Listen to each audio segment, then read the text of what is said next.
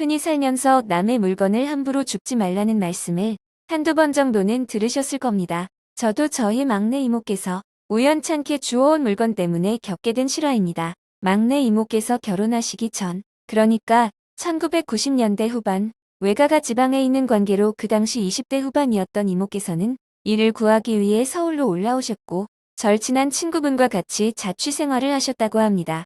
학생이나 주머니 사정이 궁한 직장인들이 모여 사는 하숙촌이었습니다. 이모께서 오래간만에 주말이라 친구분과 함께 대청소를 시작하셨습니다. 일과 각종 핑곗거리로 미뤄뒀던 집안 정리를 갑자기 하다 보니 버릴 물건이 산더미처럼 쌓여 모아놓은 각종 쓰레기들을 버리기 위해 짐짝 들듯 들고 밖으로 나갔는데 헌옷 수거함 앞쪽에 정말 누가 봐도 새것 같은 2인용 침대 하나가 버려져 있었습니다. 처음에 짐을 들고 혼자만 발견하신 이모께서는 친구분까지 대동해 도대체 누가 이런 곳에 쓸만하다 못해 부잣집에서나 쓸 법한 좋은 침대를 버려두고 갔나 의아하게 생각하시며 은근히 한편으론 몇 년째 살면서 궁색한 살림살이에 침대 하나 놓는 것도 엄두가 나지 않던 시기라 당시엔 IMF로 온 나라가 경제적 침체와 고통 속에 보내던 시기였습니다. 침대는 물론 화장대 하나도 놓을 수 없을 정도로 빠듯하셨답니다. 비록 버려진 물건이지만 순간적으로 탐이 나셨다고 합니다.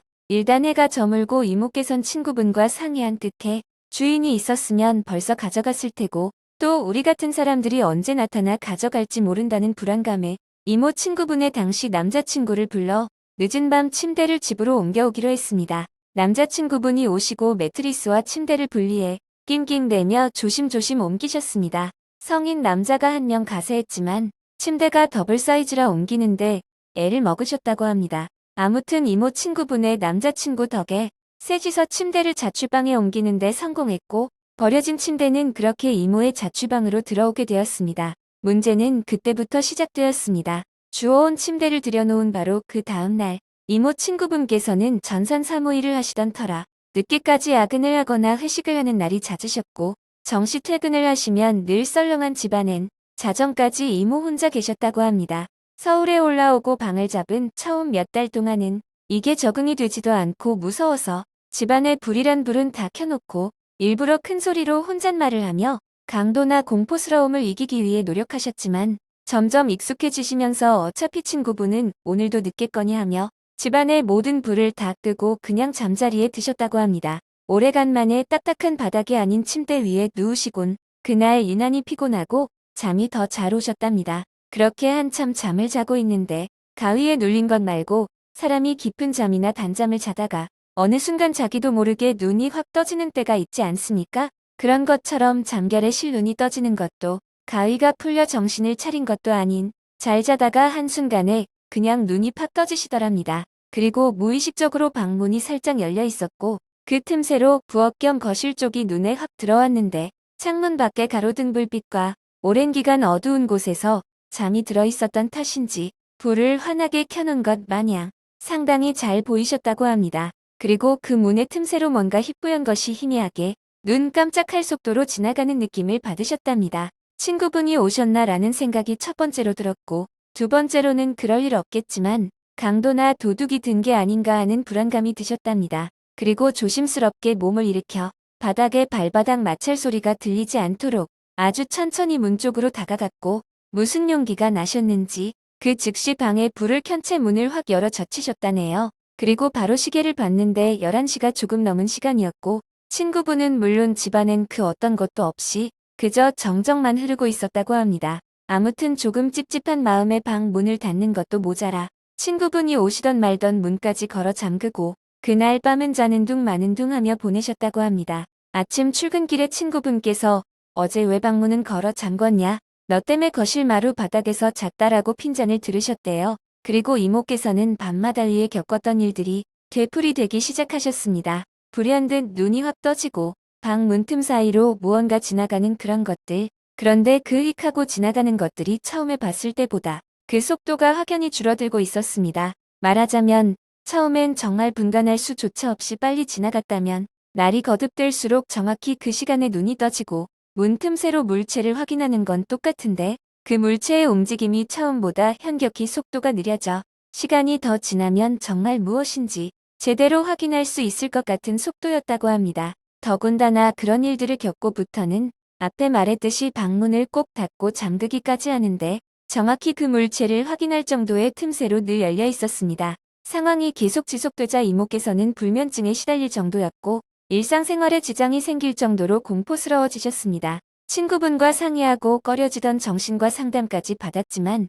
아무런 해답도 찾을 수 없으셨답니다. 그때 저도 이모를 뵌 기억이 납니다. 원래는 아담하시고 통통한 체형이셨는데 정말 뼈만 앙상하게 남은 정도로 말라 계셨던 기억이 납니다. 그땐 어릴 때라 그냥 몸이 좀 안 좋은 정도로만 생각하고 깊이 있게 여쭤보진 않았는데 지금 생각해보면 그 영향이 컸던 것 같습니다. 아무튼 몇 달 새 신경쇠약까지 걸리신 이모는 집에 들어가기 싫다며 시골 외가댁으로 내려오는 횟수가 잦아지셨고 명절 때만 뵙던 이모를 주말이나 방학 때 자주 뵈었습니다. 그런데 그때까지도 침대를 들여온 이후부터 그런 일이 일어난 것에 대해 이상하게 이모나 친구분께서는 무감각하셔서 다른 쪽으로만 원인을 찾으셨다고 합니다.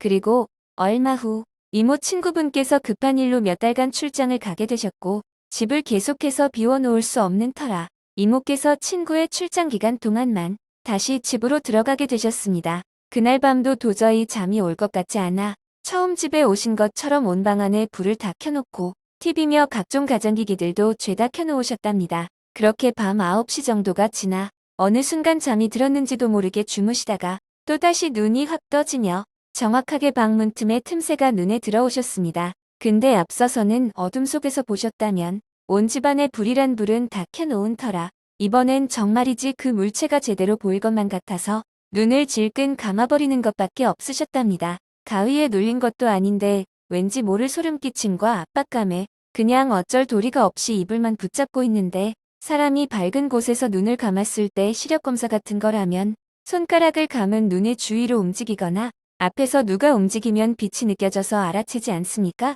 그때 이모께선 자신도 모르게 눈이 확 떠졌답니다. 그리고 못 볼 걸 보시고 말았죠. 그동안 어둠 속에서 휙 하고 빠르게 지나던 의문의 물체가 밝은 불빛 아래에서 그 속도가 확연히 줄어들어 아주 선명하게 보였는데 하얀 소복을 입은 한 명은 목이 없고 다른 한 명은 다리가 없는 여자가 쉴 새 없이 왔다 갔다 하고 있었답니다. 이모께선 그 자리에서 그냥 졸도해버리셨고 다음날 아침이 되어서야 문을 두들기는 소리에 눈을 뜨셨습니다. 주인집 아주머니께서 대낮에도 형광등이 켜져 있길래 무슨 일 있나 하고 문을 두드리셨다는데 이모는 그 즉시 주인집 아주머니께 믿기 힘든 그날 밤의 이야기를 다 털어놓으셨고 도저히 무서워서 이 집에서 못 살겠다며 방을 빼겠다고 거의 반애원식으로 부탁드렸답니다. 당연히 주인집 아주머니 쪽에서는 계약 기간도 남았고 다른 문제도 아니고 그런 말도 안 되는 일 때문에 방을 빼주는 건 절대 안 될 말이라며 옥신각신하셨고 이모는 침대를 주워온 이야기까지 모두 말했다고 합니다. 주인집 아주머니는 분명히 그 침대를 주워온 게 원인일 거라며 침대를 얼른 갖다 버리라고 남의 물건은 그래서 함부로 주워오는 게 아니라며 이모를 되려 윽박지르셨죠. 이모도 그때서야 곰곰이 생각해보니 침대를 주워온 날부터 그런 이상한 일이 시작되었다는 것을 뒤늦게 느꼈고 친구도 출장 중이며 침대를 옮길 사람이 없으니 아주머니께 부탁해 그날 하루 아주머니 댁에서 신세를 지고 그 다음날 친구분께 연락해 지인들을 동원해서 당장 침대를 원래 있던 위치로 갖다 놨다고 합니다. 그러고도 솔직히 그런 일을 겪고 나니 너무나 무서워 친구분이 오시기도 전에 우선 고향인 외가로 내려가 계셨죠. 친구분이 돌아오신 후 친구분은 그대로 사시기로 결정하고 친구분과 나눠냈던 얼마간의 계약금을 돌려받고 일도 그만두신 채 그 길로 외가로 바로 내려오셨답니다. 침대를 버리긴 했지만 도저히 그런 일을 겪은 그 집에서 살 용기가 안 나셨다고 하네요. 침대를 버린 그 자리에 불과 며칠 사이 누군가 침대를 가져갔는지 온데간데 없이 사라져 버렸답니다. 이모와 다르게 친구분께서는 침대를 옮겨왔을 때 혼자 계실 때도 이모께서 외가로 내려오시고 혼자 사셨던 때도 그런 일을 겪지 않으셨다는데 이모께서 외가댁으로 내려가시고 정확히 1년여 동안을 혼자 거기서 사시다가 새벽 귀갓길에 교통사고 운명을 달리하셨답니다. 단순하게 보면 우연의 일치인데 이모께서는 이 이야기를 하시면서 자기가 조금 더 옆에 있었더라면 하면서 자책하시고 아직도 느끼지 않아도 될 죄책감에 눈물을 흘리셨습니다. 그 버려진 침대에 무슨 사연이 있었고 도대체 왜 그런 일을 겪은 건지 단지 신경쇠약 때문에 헛것을 보신 건지 아니면 정말 그 침대를 들여온 게 불행의 시초였는지 그 문틈새로 왔다 갔다 했던 그 정체불명의 형체는 도대체 무엇이었는지 당시엔 워낙 경황도 없고 안 좋은 일이 겹치다 보니 그런 생각할 겨를도 없으셨답니다. 오늘 이야기는 여기까지예요. 오늘 이야기가 재미있으셨다면 구독과 좋아요, 댓글 부탁해요.